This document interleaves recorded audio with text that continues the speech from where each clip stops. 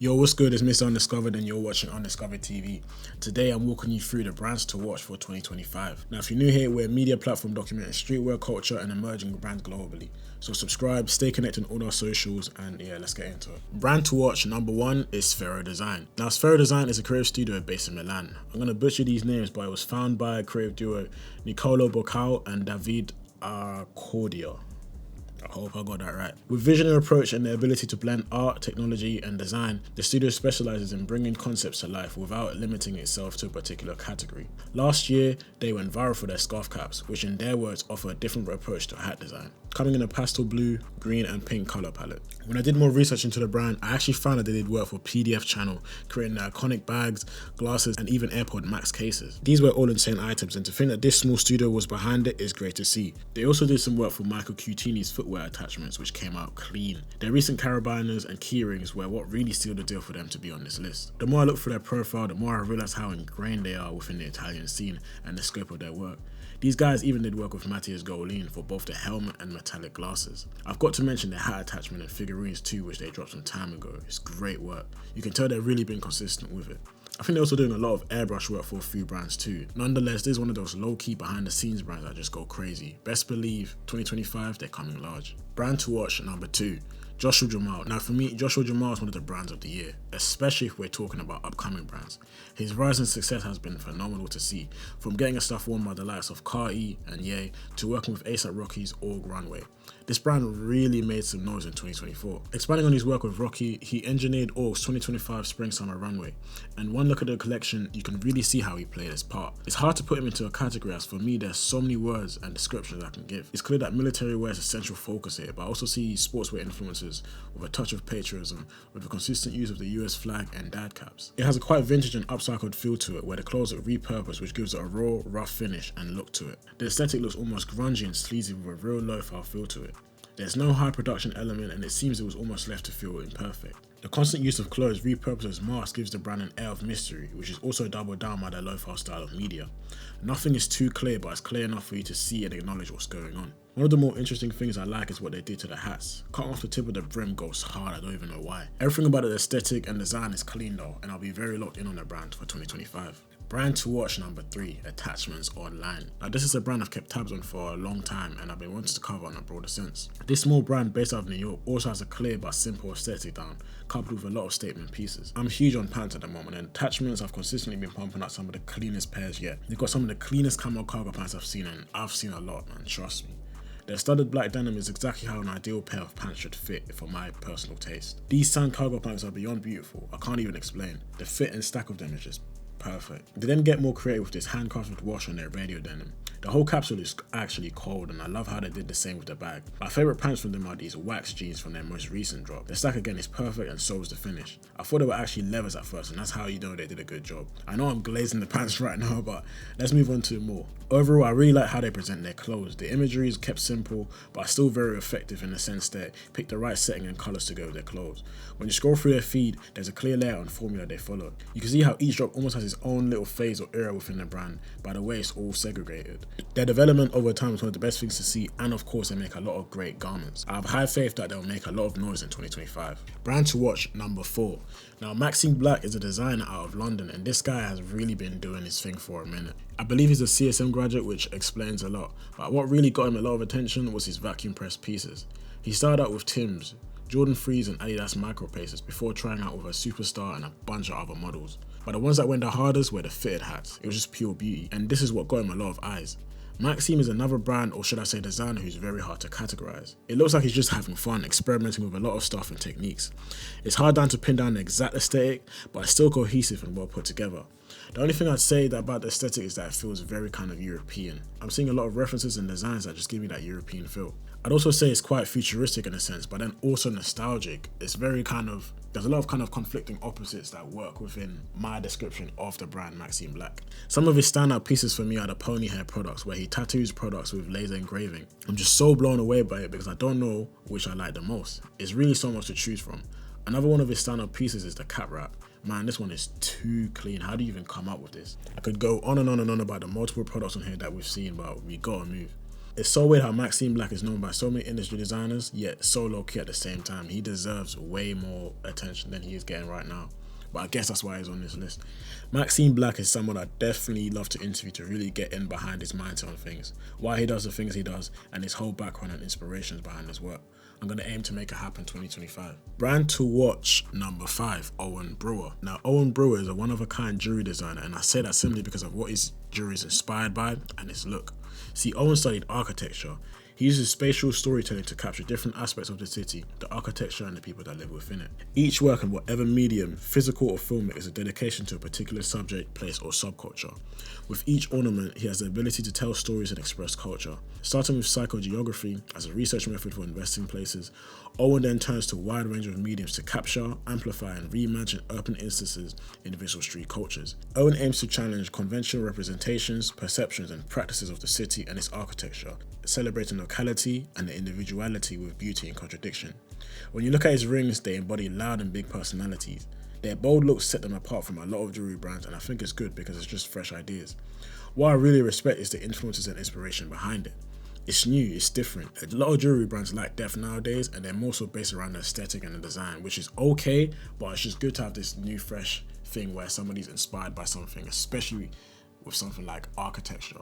The Urban Blossom ring is what got my eyes on his work at first, but this piece right here is what really made me think there's something special here.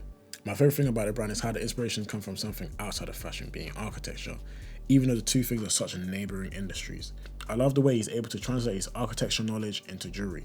I'm locked in to see what else he comes with in 2025. Brand to watch number 6. Now, Subwae Studios. Subway Studios is a Ghanaian brand I came across in 2024 that looks very, very promising. They've really got an aesthetic down to a T where you can really see how they incorporate their roots of where they're from into that aesthetic. I really want to see how that aesthetic develops over time. Their Rammed Earth collection was how I came across them, and their lookbook is just cold. The collection was inspired by the sustainable rammed earth architecture building process in the community. The re-evolution of mud houses, which involves the local population in the construction phase, improves local craftsmanship, pushes limits, empowers the youth, and transforms lack of resources into an opportunity. This building process directly mirrors the 15-look collection engineered to stand the test of time from both a stylistic and sustainable approach. This collection has helped birth ongoing collaborations with creatives and local artisans in Ghana, such as architectural designers, tailors, furniture designers, art directors, dye technicians, fabric suppliers, film and image makers, street cast faces, potters, and so forth. The Rammed Earth 2024 collection is more channeled on the refinement of old classics and the continued development of Subway's design language, with the concept of forever pushing its limits. I love the way they were able to involve the community around them in their work, which combined with sticking to their roots as inspiration is a recipe for a new idea, which is a lot of what the industry needs right now. The foundation of the brand lies in the utilization of sustainable materials sourced from Ghana, drawing inspiration from architecture, art, and the Ghanaian landscape. 2025, I'm here for it. Brand to watch number 7, Harrison Cebani. Now, Harrison Cebani is a brand I spotted from the start when I came across these hand-dyed sweaters in 2023, I believe. From there, I knew it was a brand I had to stay locked in with. I think what amazes me the most about his work is how it's all handmade. He learned how to sew not too long ago, I think it's about a year, but his work really says otherwise. For me, I really like how Cebani plays around with both colour and fit. His work is definitely more on the slimmer side, which I like because it's something different from the norm. His use of colours is also interesting, and I believe a lot of them are handmade mixtures that he makes himself. It really allows the dyes to come out in unique tones and shades where there are slight inconsistencies across pieces, but in a beautiful way as it almost mimics gradients across garments. The pieces look vintage, but at the same time very premium and high-end. You can tell there's a huge focus on quality and craftsmanship. This is the type of stuff I expect from high-end fashion houses for real. The attention to detail, the zips, paneling and patterns of the clothes add to that luxurious feel. I also want to pay attention to the plethora of materials he uses. We've got everything from French terry cotton to leather, suede, denim and more. It's crazy because menswear isn't his only bag. He's also got a few women's wear pieces here that go just as hard. Like bro, this women's wear jacket man is too clean, way too clean. The colour contrast and the materials just work so well together. The crop and shape add to it as well. I'm looking forward to seeing more work in 2025. Brand to watch number 8, Tone Deaf Studios. Now earlier I was saying how I love pants, especially well fitted ones, and if there's one brand that does it very well, it's Tone Deaf Studios. They have a good selection of pants to choose from and they all go hard, like I need them all. I think this beaded one is my favourite, but the pattern on these is OD. But when you look at the fit and drape of these though, it's mad. You can tell the dilemma I am in trying to pick my favourite one. I'm a big fan of how they showcase the process behind all of this. This gives you really good insight into their samples, patterns, swatches, and overall process of making stuff come to life. When I researched more about the brand, I found that their concept is based around finding harmony in designers' contradictions. His background comes from trying to learn music as a teenager. He found that notes which theoretically fail to work together are out of tune or in the wrong key achieve harmony when work is done to consider the note that comes before and after. If the notes are properly contextualized, there's no such thing as a wrong note. To the designer, tone deaf is a contemporary fashion what jazz was to classical music. This realization provided a framework to create from pure intuition, a technique crafting artistic order from chaotic inputs, with an aim to make only that which resonates deeply without regard for commerciality, traditional forms, or consensus aesthetic practices. Rather, there's a dedicated focus on slowly produced, masterfully crafted pieces. They then go on to describe Tone Deaf as a vessel for projects that require research beyond the Instagram algorithm, dedication to immersive learning, and a focus on deep personal storytelling through design. And you can really see that as there's a page on his site just dedicated to showcasing the inspiration and processes behind the brand. I always mention my appreciation for brands who are able to showcase this, so in 2025, I'm most definitely locked in on Tone Deaf. Brand to watch number 9, Brigade. Now, Brigade has been one of my long-time favorite brands out of the US. They go crazy. They make great pieces and they have a good aesthetic down which remains consistent across their socials. They also got one of the most loyal and dedicated audiences I've seen. The brand has a very New York feel to it with a strong sense of streetwear attached to it, and I think the scene overall is missing that OG streetwear essence, so I see them as a brand that's bringing that back. And it makes sense, as when I researched into the brand, they mentioned how they're a unisex lifestyle brand firmly rooted in raw energy and authenticity of its birthplace, New York. Built on the principle of community over commodity, Brigade works to embody its ethos through every collection where the team collaborates with a diverse array of local models, stylists, musicians, and artists. More than just a brand, Brigade is a lifestyle and movement, and a celebration of individuality within the collective spirit. I love what they describe is essentially what streetwear is about, and you can really get the energy from one look at their page, pieces, and interaction with their audience. One of my favorite pieces comes from their Fall Winter 23 lookbook, especially the knitted varsity jacket and jersey. The knitted moto jacket is too clean too. Overall, I just love the exploration of knitted pieces. As of recently, their lightning puffer was OD. It goes up there with the puffers of the year, most definitely top 3. Their Trompe l'Oeil Sherpa jacket, which is meant to reflect the leather jacket, might be their craziest piece to date, and it came just as I was scripting this video. For a brand to be putting out bangers like this late in the year, it shows me that 2025 is going to be a special year for them. My brand to watch, number 10, last but not least, we have Anthony Calydon. Now, to this day, Anthony Calydon is one of my proudest Explore page snipes. I remember just seeing pictures of these gloves and from there I knew I landed on something special. For some reason, it's very hard to find brands that do gloves, especially good ones. I can comfortably say these are the cleanest gloves I've come across in my whole time running this platform. They just look so premium, it seems like it would feel that way too. The details and design of them just tells me a good amount of time was put into this, researching and crafting this masterpiece. He calls them gloves of the year and I'm not going to dispute that. The French-based designer also got tracksuits in his locker and they look just as clean.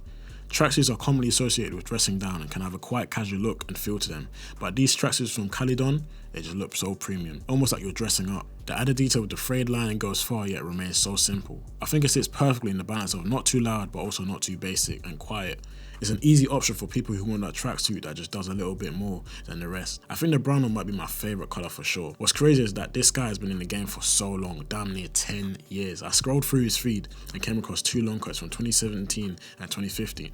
You can kind of see the consistency in his design language to this day in terms of the colours used, the layering and the slight fraying on the first coat. But yeah, overall he's been on it, and in 2025 I can't see what more he has in store. Now we move on to honourable mention. You know these lists are hard for me to curate, so I've left some brands over that I think deserve an honourable mention as a brand to watch for 2025. First we have 3RE, and I had to include them here because in 2024 they had a real show of some banger pieces. From the reversible zip up, which I have one of myself, to the pants and this polo, he got a real beautiful product portfolio on his hands. This flannel backpack also goes OD. I think the designer has a real eye for design and taste, and I really want to see some of the stuff he comes up with. Next up, we have Hidden Season, and for me, when we're talking about fit, this is one of the brands that has it down to a T, man. The way the clothes fit makes it perfect for styling with different pieces. Their product catalogue is coming along so clean, and I've been a big fan of their recent releases, especially this nylon track pant and their winter hats. Last but not least, we have Jehucal, and I've put them on this list as they went and came back from taking a year off. I was able to interview Ime, the founder of Jehucal, in our magazine, and just hearing about his return and his time off really makes me think that this is a brand to watch in 2025. On top of that, also check out all the designers in our first ever Undiscovered class of 2024, featuring designers who've done their thing in 2025. These are all names and brands you should keep your eyes on. next year. That's all I got for you today. Remember to subscribe, stay connected on our other socials. Thanks for watching.